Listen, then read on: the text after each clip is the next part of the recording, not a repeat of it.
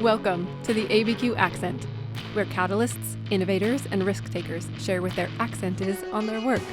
Like a spoken accent, we all have an inflection or emphasis on where we put our energy. Join us to learn how these folks are putting their accents to work, building their vision of the future, and how you can get involved. Welcome, everyone. I'm Mariah Harrison, and this is the ABQ Accent podcast. Today, I'm here with Diane Harrison Ogawa. No relation. Thank you for being here. Absolutely. Maybe in another life we were related. Could be. I'd like to think. Yeah. So I'll do a little bit of a bio, and then I'll give you some leeway to fill in the gaps. Sure. Okay. So Diane has been a corporate philanthropy and community relations executive. She is now a certified executive coach, keeping her busy at least part-time. She's lived in New Mexico for 31 years by way of Baltimore. One of our past guests here is actually from Baltimore too, Liam Westgate. Mm-hmm. So small world, I guess. Previously, Diane served as Chief Community Partnerships and Systems Officer at CNM, where she led executive coaching efforts across the institution. She was the longtime executive director of the P&M Resources Foundation, a philanthropic leader in New Mexico, to say the least, and using her Harvard JD, practiced corporate law in Wisconsin, New York, and New Mexico. Diane has been recognized with numerous local and national awards. She is currently, though, teaching at CNM, chair of the Albuquerque Academy Board of Trustees, a member of the Assistance League Advisory Council, coaching, as I mentioned, hosting retreats, walking in the foothills, and loving on her granddaughter, Abby. Absolutely. Is that a full circle? Is that a well-rounded discussion? I think that captures it. And really just somebody who lives a life of gratitude and who's so just grateful to have landed in New Mexico. I'm really a Midwesterner at heart. And for us and our family to have put down roots here, I feel really fortunate for that. Well, and so are we. And let's talk a little bit more about that gratitude. So in reflection to my experience with you, we met when you started the speaking series for nonprofits called Impact and Coffee. Yeah. Which was a joy, a very rich and formative piece of my life. Yeah. And when you were leading those sessions, you always started with a Gratitude Tuesday, because we held it on Tuesdays. Yeah. And you wanted to start it off with positivity and thinking really in a more positive just perspective of the event and setting people on their way for the day. Yeah. So today, what's your Gratitude Tuesday? Today, my Gratitude Tuesday is for educators. I started my morning at the Albuquerque Academy talking to the faculty who are just about to begin school on Thursday. And I'm so mindful of what these people do collectively and the way they've invested in not just my kids, but kids throughout our whole community. So Gratitude Tuesday is all about educators and what they bring to the people they invest in, what they do for our community, how hard the work is that they do, but the joy that they really create and make possible for all of us. That is a really incredible community. Yeah. Their teachers, their students, their families alike. Yeah. I know that they're also, they have a piece of their curriculum is community-based, service-oriented, right? Absolutely. And my kids were really involved with that. In fact, our family has really tried to support that over time at the Academy as well. And, the other thing is the Academy has a really important outward-facing mission as well. I mean, creating things like the Levanta Institute, which invites community members in to take art classes or do music or bring national, musicians to campus. And invite the community into it. It's a really special place. That's wonderful to hear about. We'll have to add that to our list of resources. Yeah. Levanta Institute. Yeah. Great. So I like that you mentioned that your family has been supportive of that, because I think it seemed to me, in looking at sort of the history of your work, you very much geared a lot of your leadership and organizational support to organizations that your kids have been part of. Yeah, right? Our kids and our whole family, really. I mean, for us, the Albuquerque Community Foundation has been a really big piece. When he was 39, my husband was diagnosed with cancer for the first time. And when he turned 40 and we thought he had licked it, we established a family foundation a family fund within the Albuquerque Community Foundation. And I'd been on the board. He and I had been involved in the Future Fund there. And it was just a way for us to give back always in perpetuity to the community. So things our kids were involved with. Education has always been dear to me. My mom was an educator and a journalist, and that notion of how we think about investing in whether it was Manzano Day School or Albuquerque Academy or CNM really mattered to me. So for us, it's been always a question of how do we think about the basic needs needs that we have in our community, and what role can our family or can I help play, whether serving on a board or being a hands-on volunteer. One of my earliest memories when our kids were little is we would go to St. Martin's, which St. Martin's Hospitality Center, and they would volunteer there, and we would put together bags and things like that to be able to support people who were unhoused and what that looked like. It's a formative way that my kids grew up thinking about what it meant to be a part of Albuquerque and what it meant to serve. So for us, it's just sort of a natural extension when they were so involved in community service at the Academy to try to put support behind that. Well, and that's reflective of your overall familial impact, right? I think you said earlier that one of the biggest pieces of influence that you received from your family is sort of also the natural instinct to have a responsibility of others and make a commitment to making the world a better place. Yeah, I grew up in a little tiny town in Minnesota mostly. I lived a bunch of places, but that's where I kind of considered home. And there is a small town notion. I mean, it's a tiny town, like 5,000 people. And my mom and dad owned the county newspaper. But there was this real sense of you cared for your neighbors. You were aware. I think sometimes I was oblivious to some of the pieces of that could have been more inclusive. But there was a real sense of being thoughtful, being connected, and being aware of the needs of others and the role that you can play in meeting those needs. So I just grew up that way. Yeah. Well, and pair that with an understanding about yourself that you have a certain sense of vision and the capability of seeing what could be, and then utilizing that, putting that into your work every single day at each organization. So you have perspective of serving, and you have a perspective of, well, I know we can do better than what we're doing right now. Possibility. I think sometimes that's sort of my, I think everybody has little things that are special about them or unique about them. We all do. But I think one of the things for me is that I have a real ability to see what could be and to imagine something that is different from what is. And I've never been so mired in the past or in what we're doing right now to be unable to think about what could be. And so bringing that ability, and one of the things I love so much about Albuquerque and all of New Mexico actually is it is a place where if you're just willing to show up and do the work and be part of something much bigger than yourself, people will listen to those ideas. Not that it always works, but they'll listen to them. And so this idea of being able to create something, to be able to do something new, sometimes it doesn't work. Okay. So you learn from it. You figure it out. You understand what could be next. I love that about this place. And I love that about New Mexico. And I have found that this has been an incredibly welcoming, warm community. And it's not 7 degrees of separation in New Mexico. It's maybe only 2.5. But your ability to get involved, be part of a solution to whatever it is that matters to you, I think is beautiful here. Thank you for saying that out loud, because I do think that our community is really welcoming. You're always welcome at the table. Please show up and work, because we want that camaraderie too. Yeah. It's not just this, and we make fun of it like everybody and their cousin or, my uncle's uncle. We're all related somehow, but it has more to do with that sense of community than it is bloodlines here or,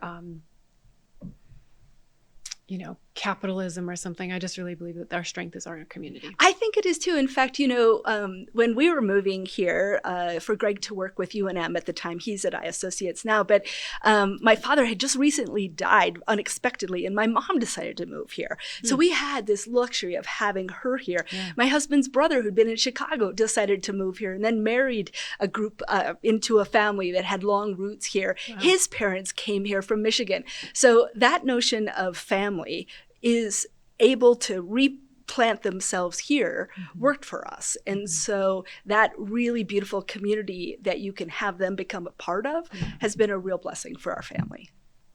And us too, again. So let's back up a little bit and talk more specifics about some of the work. Yeah. I want to know what you feel you really enjoyed accomplishing through the P&M Foundation. Yeah, that was such a special opportunity. I had been practicing corporate law when P&M decided for the first time to really have an executive director. And somebody called me, a woman named Pam, who's like a firecracker of her own, and said, hey, you should do that. And I said, I've never done that before. I'm not sure. And she's like, what do you mean? You practically volunteer full time. Yeah. Why wouldn't you do that? And so I did and applied, and it all worked out.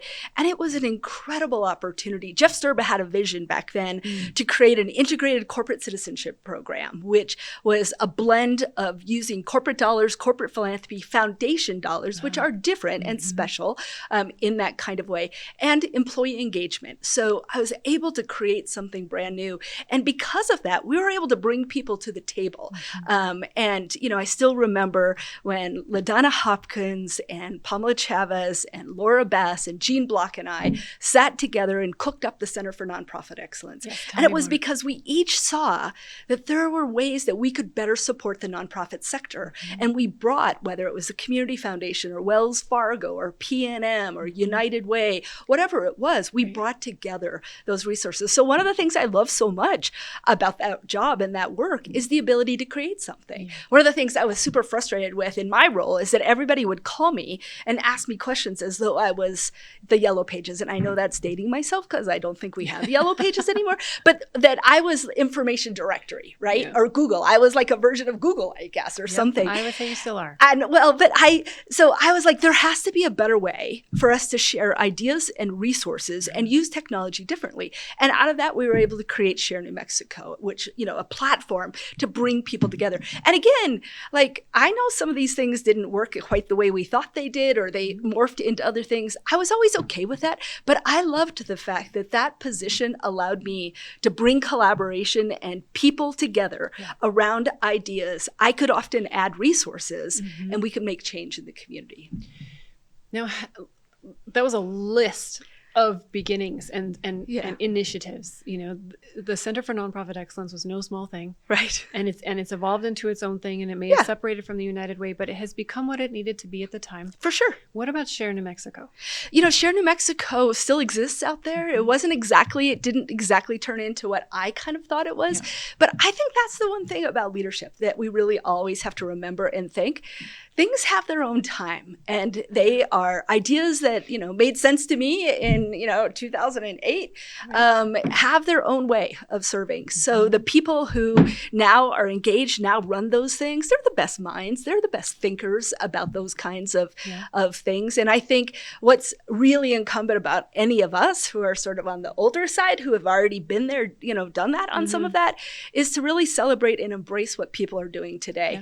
Offer advice if they ever want it, but really be the best cheerleaders that we can for how ideas grow and how things move forward. So I think that's our opportunity and also our joy to be able to see. Yeah.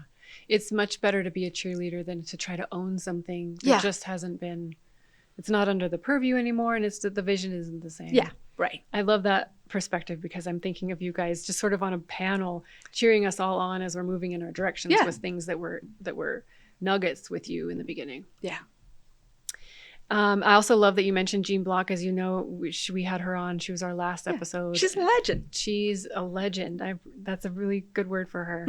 And she's humble about it too. Of course. And coming out of that conversation and this one, how can I do justice to her work? How can I do justice to your work? And you don't have to answer this. This is more of a hypothetical, but in my line of work, in the podcast, how can we reflect the impact of the work that people like you have done over the years?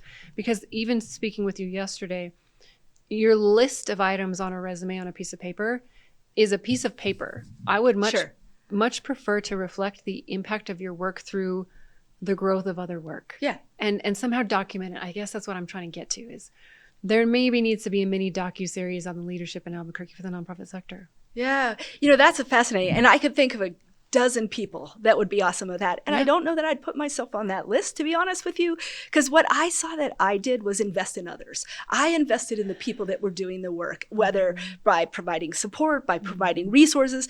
I spent a ton of my time just connecting people, right? Connect. Yeah. So I think that's where the real leadership comes in. That's where the beauty is in the people that are doing that. I think of people like Randy Mascarella, who is the executive director of Special Olympics, who is extraordinary in the work she has done, the way she has thought about what it means to serve, and the opportunities to connect her to others, the opportunities to watch her grow and celebrate her leadership, whether it's by, you know, receiving an ethics award for Special Olympics or all of those things. It's shining the light on people like Christina Udvardy, who are doing incredible work at all fates. I still think that's kind of a fun place that I can be, even in this kind of, you know, quasi-retired retired-ish status that I have is being able to invest in and shine the light on the people that are really making the things happen in our community. Yeah. Can you speak more specifically to what it means to you to invest in these people? Yeah, as I was thinking about kind of my fourth chapter, if my first chapter was corporate law, and my second chapter was corporate philanthropy, and my third chapter was in higher ed, but developed into leadership and coaching kinds of things, I really thought about, what do I want to do when I'm no longer at CNM? And I know enough about myself that I'm not a good, probably, candidate for being a retired person. It's just maybe not my thing. Right. Like, I hold sacred the Mondays I get to spend with my granddaughter, Abby. We call them Mondays with Mimi, and Abby and the dog are like a central part of the joy in my life. But I also know that I really want to think about what else I'm doing with my time and energy and any talent I have to invest. And so I spent a lot of time kind of stepping back and asking, what do I need? What do I want? What brings me joy? And at the end of the day, what brings me joy is in investing in other people. And so whether that's serving on boards or whether it's working one-on-one with executives or leaders or my very special pro bono young people throughout the community, or whether it's being involved by helping other people learn different ideas, that's what brings me joy. And so I'm sort of thinking that this fourth chapter, which I really only started 2 years ago, is all about just investing in other people and really thinking about how can I use whatever life experiences I've had working for a publicly traded company, working for huge law firms, working within an educational institution, and then all that volunteer hours, which is like a gajillion, I feel like, if I added them up. How can I use that to help other people achieve what they want to achieve? It's not really about what I want. It's not about what I think is best, but how can I help those folks who really are the change agents, who really want to make a difference in their world and their community for their families? How can I invest in them? So, well, and in that way, you also invested in yourself because you took the time to level up your skills by getting the certification. For sure. You're not just taking it upon yourself with the wisdom. It's actually just some training. And I did that during COVID, right? Which is like you do it all online. You spend hundreds of hours doing this kind of stuff. But it was actually the perfect way to spend COVID because you're inside anyway. And, and through that, I've grown these beautiful relationships with people all over the country. So a number of my clients come from all over the country, which is great for me. It's a good way to keep learning, but it really sort of feeds my soul of investing in others. Well, and also, if we could break down a little bit about what you said earlier about what you had to do to ask yourself to get yourself through that transition of the chapters. I really think there's lessons to be learned there from at different parts of our lives, because there's something else that you mentioned specifically about that challenge, that you had to ask yourself the questions. Let's see, you were working on aligning your values, you were working on being present. What did that look like to you? And then you came up with this strategy of, maybe I should just list 10 potential jobs. So talk to me more about that arc. Yeah, absolutely. So I got laid off from P&M after 17 years in one of their layoffs. And at the time, it felt horrendous. Like, what in the world has happened? Turns out to have been one of the greatest blessings of my life. But what it allowed me to do is take time to step back, get clarity around my values, really think deeply about what I needed. And that's a whole bunch of things. Like, what do I need for money? What do I need in terms of relationships? What does my ego need? What do all those things, right? And then talk about what I want and get clarity around that. And then I'm sort of a have a plan, get it done person, right? And so I forced myself to dream big. And I'm great at dreaming for other people. I'm great at dreaming for organizations and communities. I am not the best at dreaming for myself. So that actually sounds simple, but took me a little getting over myself too. And so I came up with 10 ways I thought I could make the world better through a job. And they were crazy. One of them was working for Lady Gaga's Born This Way Foundation. Now, I don't know Lady Gaga, but I loved what she was doing in terms of helping people be seen and visible in their own communities, right? CNM was always on the list, but that was a passion for me, right? That was something that I had been on the CNM Foundation board for 13 years. It was just something of who I was, believing in the value of that education. I still think it's the single best dollar you can spend in our whole state is putting it into CNM and changing people's lives that way. And I had the great luxury of working there during Kathy Winograd's leadership, and it's one of the best leaders I've ever seen in my life. So I thought about each of those things and pushed on each one to ask myself at the end of the day, what's the difference that I want to make? And each one kind of, like, okay, maybe I don't want to travel the way this would require or that. And I had spent the day with my dear friend LaDonna Hopkins, who was also a legend in our community and just one of the dearest, most thoughtful, wonderful humans I've ever met in my life. And I came home and she and I had spent the whole day asking people to support CNM. And I was telling my husband about how awesome that was. And he said, remind me again why you don't want to work for CNM. Right. And I said, because that's my passion. Like, that's what I believe in. And he's like, and your point is what? And the next day I called Kathy Winograd and I started working there shortly thereafter. Yeah. So for me, that whole process of really getting clarity, I had to also ask myself what it meant to me to be fully present, because this was also back in the day, like where you always met in person and you had to think about how much time do I have to travel and do I have the materials for the next meeting and who's going to be there? Am I prepared for this? Have I had the side conversations for that? So I often wasn't as present as I wanted to be. Yeah. So I also made a commitment about a few things, like being present, making sure my values were aligned with the work in the organization, how I think about that. So that whole journey took me several months, but it was a huge gift that I probably would never have had the courage to undertake on my own if I hadn't been laid off. Giving yourself time to really be present through the thought process of it, the emotional process of it. Yeah. I love that you had that because your work at CNM was really broad reaching. I would say, I don't know a lot about it, but it was very similar to P&M in that you had the ability to create things and to initiate activities with individuals. Whatever sort of gap you saw or in need you saw, you put an effort into that direction. And CNM is better for it in the long run. Yeah. Really. Yeah. Well, Kathy Winograd was that kind of leader, right? She had this crazy idea, which I think was fabulous, of putting together a New Mexico Leadership Summit, bringing people from around the country and some things like some people like Father Rohr, who's right in our backyard, but bringing people together around ideas for a whole day to think differently about how we tackle the problems of our day. And she had said, I have this crazy idea. What do you think? And I was like, let's do it, right? And so that kind of leadership, and Tracy Hartzler, the current president, when I said, I'd really like to think about how we invest in leaders, what leadership looks like. Good. It's like, go do it. So I love that about CNM as an institution, that ability to be responsive to the needs in our community and think about how you help in that way.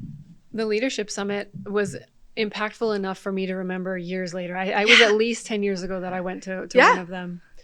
And it stuck with me because it was so many incredible local people in the room that had the opportunity to gain national knowledge from whoever. I don't know how you vetted those people or decided on who to choose from, but you did a great job. It was fun. And the other thing, that was important. But what was really mattered to me was community and connection. Yeah. Because it wasn't as though you just stood there or sat there behind a screen or did whatever in your own space. You were shoulder to shoulder with people for a whole long day. You were doing things in and out. You had this ability to make connections and create relationship, which I think is an enormous gift for us to be able to do. So that's something I want you to expand on a little bit more. What are the components of an event or some sort of community activity that deepens community that given your experience? Yeah. So, part of it also kind of related to my Midwesternness and the way I was raised, because my mom was brilliant at creating special moments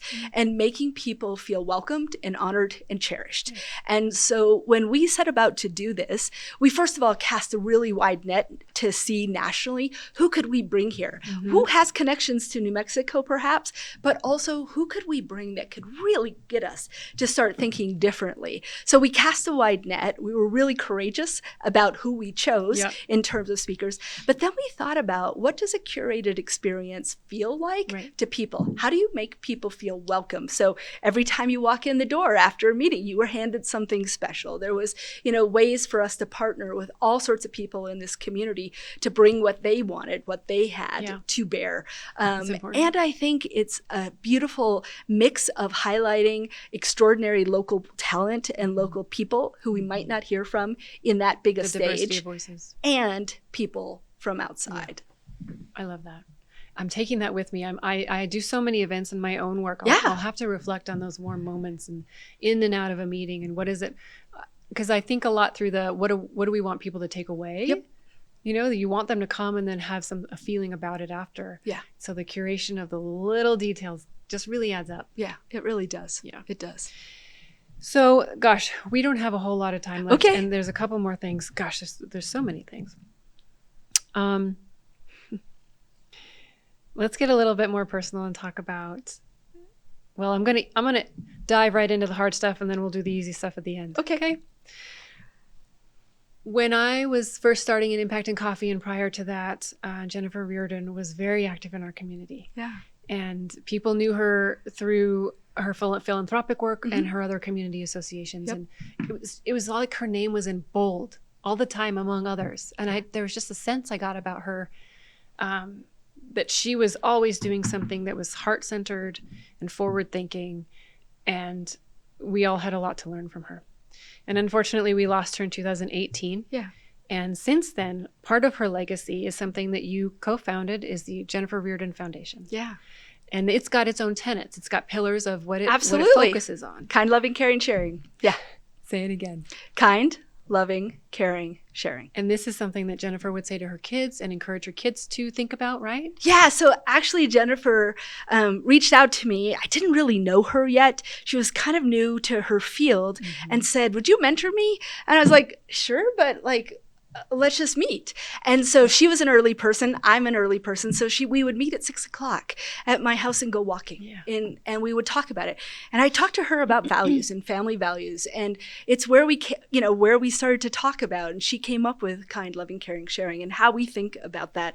And that incredible sense of her, that she was larger than life. She was bold. She was every person's light in as they engaged with her. It was impossible to walk away from an interaction and not feel somehow better. Right. She's one of those people. Her husband, Michael, has done a brilliant job of helping craft ways, whether it's the kindness exhibit at Explora or art installations throughout the city, to really reflect some of the beauty of what she brought to this community. And it was just an enormous honor to be able to be a part of that time with her, and to see her kids and Michael really continuing to live out loud in that way. And you too, and the people that were closest to her. Yeah. I distinctly remember her memorial, which was held at Popejoy. Yeah. Yeah, that was such a hard one. It was really, again, curated. Yeah. To honor her work and her family, but for the rest of us, the hundreds of us that were there that day, just saw something special. And so from that, these they're not coins, they're just these beautiful tiny little medallions. Yeah, it's an angel medallion. It was really important to me that we give someone, each person that was there, something to help them remember this moment, this person, this light, this energy. And I remember I was on the phone with this company and they were like, "Oh, our normal processing time is 2 weeks." And my family kind of joked it with me about it after the fact. I was on the phone. I was like, "You don't understand how important this is. Can't you overnight deliver these things? This is really important." And I, of course, had made it way more important than it was, but I still keep these, right? I mean, I still have this notion. People hold on to this because what she had and what she gave to our community was so special. It's important to remind ourselves in this moment of that kind of joy, of that kind of love, of that kind of commitment. Well, thank you for the effort that you put behind that. Yeah. Because I carry this to job interviews or on particular days where I just feel like I need that kind of energy. Yeah. Well, I have to admit that I maybe have put those in places all over the world when I travel. Oh my God. So, yeah. It's very sweet. And so into the easier parts. Yeah. What is your granddaughter Abby teaching you these days? Oh my gosh, so many things. It is such a joy. And she lives like 7 minutes away and her parents are so generous with her time with me and I get to spend so much time. But here's like a perfect example. It's a little silly. We recently, the two of us, went to Seattle just together, an Abby Mimi solo adventure. And along the way, we were on a plane and she had to go to the bathroom and she's doing such a good job with all that. She's 2.5. And I took her, to the bathroom, and, airplane bathrooms are loud and noisy and crazy. And so I had my arm around her and I reached over to help her feel secure. Yeah. She put her arm around me and said, "I got you, Mimi." And I was just like, oh. So that notion of when you think you're helping someone else, she totally helps me, right? And that sense of, "I got you, Mimi," is like melts my heart. Yeah. So I am learning to be incredibly present when I am with her. Like there is no anything else, because it is really just about her and how to create joy together. Yeah. So I think there is patience. There is absolutely appreciating joy. I mean, as I said, my mom was a master at creating special moments.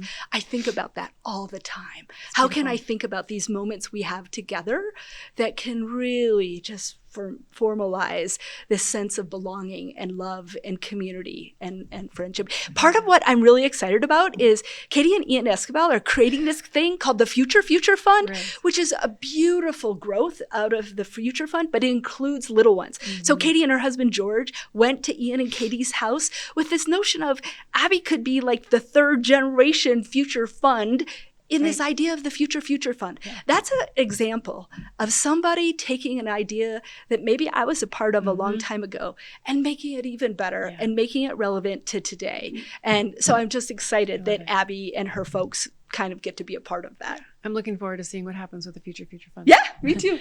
And I also want to clarify, so your daughter is the 15th generation of doctors in her family. Yeah, both my kids are doctors. Al is a family practice doctor in Seattle going into gerontology fellowship, and Katie is a family practice doc here at Pres, and both are 15th generation doctors. That's incredible. And so here's to Abby becoming the 16th if that's what she wants to do. Yeah, or not, but it's very special.